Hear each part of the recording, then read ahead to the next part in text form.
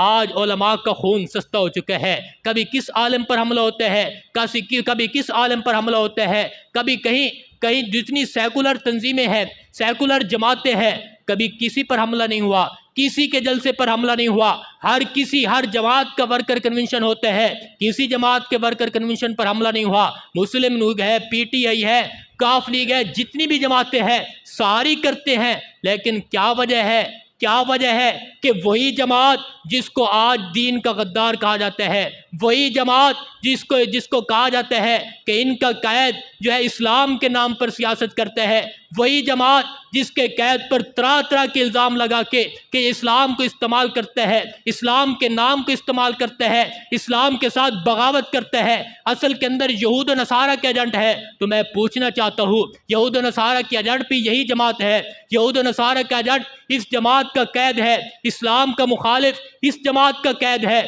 تو پھر اس جماعت پر حملے کیوں ہوتے ہیں؟ اس جماعت کے قید پر 4 مرتبہ حملے ہوئے۔ بتائیں کہ کس جماعت کے قید پر اتنے زیادہ حملے ہوئے؟ اس جماعت کے جنرل سیکرٹری مولانا عبدالغفور حیدری پر کتنی مرتبہ حملے ہوئے؟ اس جماعت کے علماء کو شہید کر دیا گیا، بمباری کے ذریعے اڑا دیا گیا۔ تو بتائیں پھر بھی یہی علماء، یہی جمعیت علماء اسلام، یہی یہود و نصارہ کی ایجنٹ ہے، یہی یہود و نصارہ کی دوست ہے، یہی اسلام کا نام استعمال کرتی ہے۔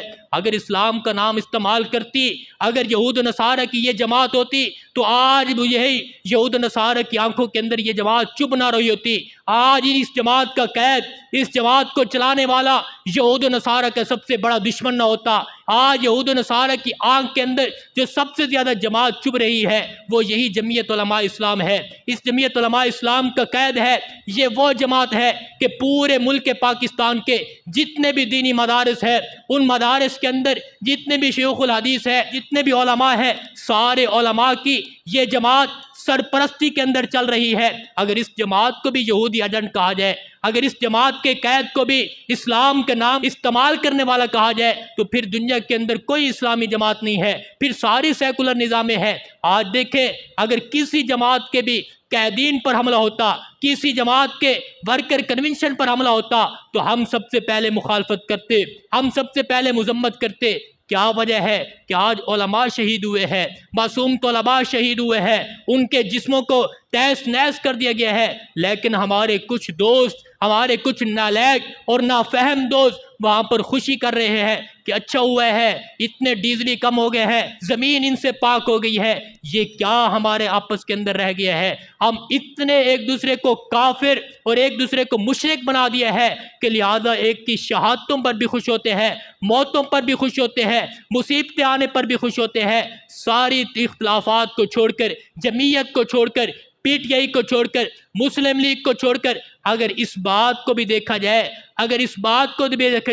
وہ بھی ہمارے مسلمان بھائی تھے، کیا پھر بھی ہماری ہمدردی نہیں بنتی؟ کیا پھر بھی ہمیں مذاق سوچتی ہے کہ ہم ان کا مذاق اڑائیں؟ شہداء جن کے جو لواحقین ہیں، ان شہداء کے جو لواحقین ہیں ان کو تسلی دینے کی بجائے کبھی ہم سوچیں کہ اگر یہ ماتم ہمارے گھروں کے اندر ہوتا، اگر یہ لاشیں ہمارے گھروں کے اندر ہوتی کہ جہاں پر باپ کی بھی لاش پڑی ہے، بھائی کی بھی لاش پڑی ہے، بیٹے کی بھی لاش پڑی ہے، تو کیا ماتم ہوتا ہمارے گھروں کے اندر؟ کیا جب ہمارے ساتھ ایسا مذاق کا کیا جاتا، ہمارے ساتھ کوئی ایسی مذاق کرتا کہ اچھا ہوا ہے جو ہوا ہے، تو پھر بتائیں کہ ہمارے ساتھ کیا گزرتی، ہمارے دل پر کیا گزرتی؟